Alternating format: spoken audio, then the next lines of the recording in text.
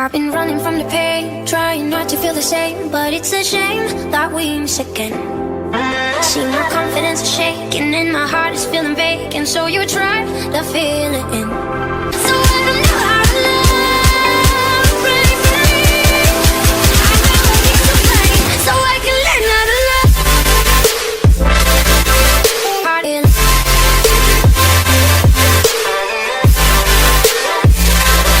Hey guys, just warming up here with some small weights. I think these were like 2.5 or 5 pounds. Just doing some shoulder press into some lateral raises, into some front raises, just to make sure that the joint's feeling okay and everything's kind of just working the way that it should. Sometimes if it's tight or feels like it isn't moving the way that I want it to, I'll just do some mobility work and open up my chest and stretch my lats and that kind of thing.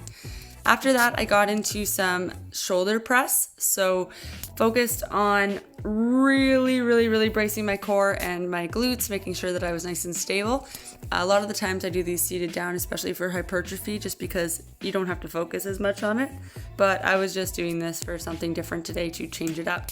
So if you see on the side here, I'm just gonna let my core relax. I had to like tuck it for a sec and then coming up. So see how the ribs are flaring? You just want to avoid that. So if you're watching yourself in the mirror, just make sure that it's nice and tight and those are staying down. From here, we're getting into some front raises. I like to do these separately because I find when I do them together, like if I did 2 arms at a time, that I get more traps, which are like the muscle going into your neck as opposed to my shoulders. So I do them single arm just to make sure that I can really feel that activation. It's just a preference thing. You don't have to do it that way. From here, I got into some rear delt flies. A big misconception or like a mistake that I see with these a lot is people trying to like squeeze the middle of their back. Remember, you're aiming for the back of your shoulder, not the middle of your actual back, if that helps. Spike came out to visit us. He's super cute. He always like sits at the window, and when we come up, he'll like jump up and like put his face right at the window, and it's slightly terrifying but also really cute. So we brought him out, but he like wanted to go back in pretty quick. He just wanted to come say hi. He's pretty cute. He's like my favorite thing in the entire world. So Mike didn't know I was recording, so hi Mike. He went back in, and then I started off and continued on with my pull-ups. So I like to add these in to the beginning of my workout most of the time, but this time I decided to add it closer to the end just for a little bit more of a challenge. Just be careful if you're doing these near the end, if you've fatigued your muscles at all, which hopefully you did, just because you don't want to get injured or anything like that. So just pay extra attention.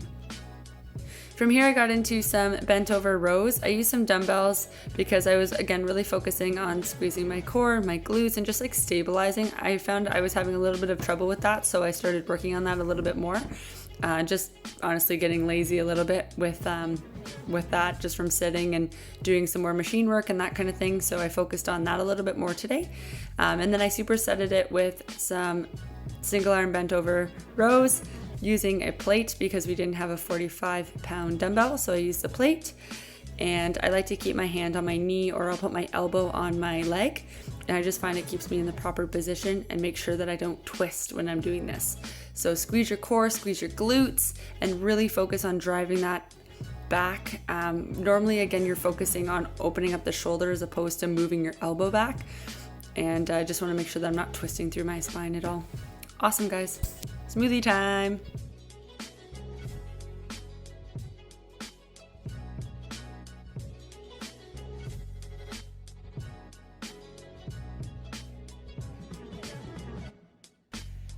"35 minutes to go."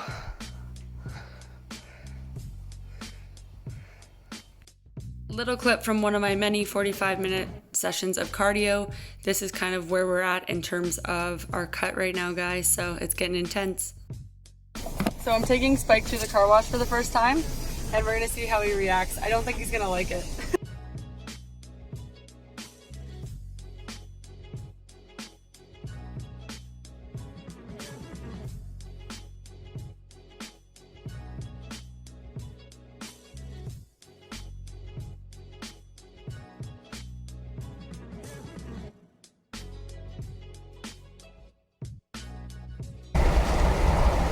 Okay. It's okay.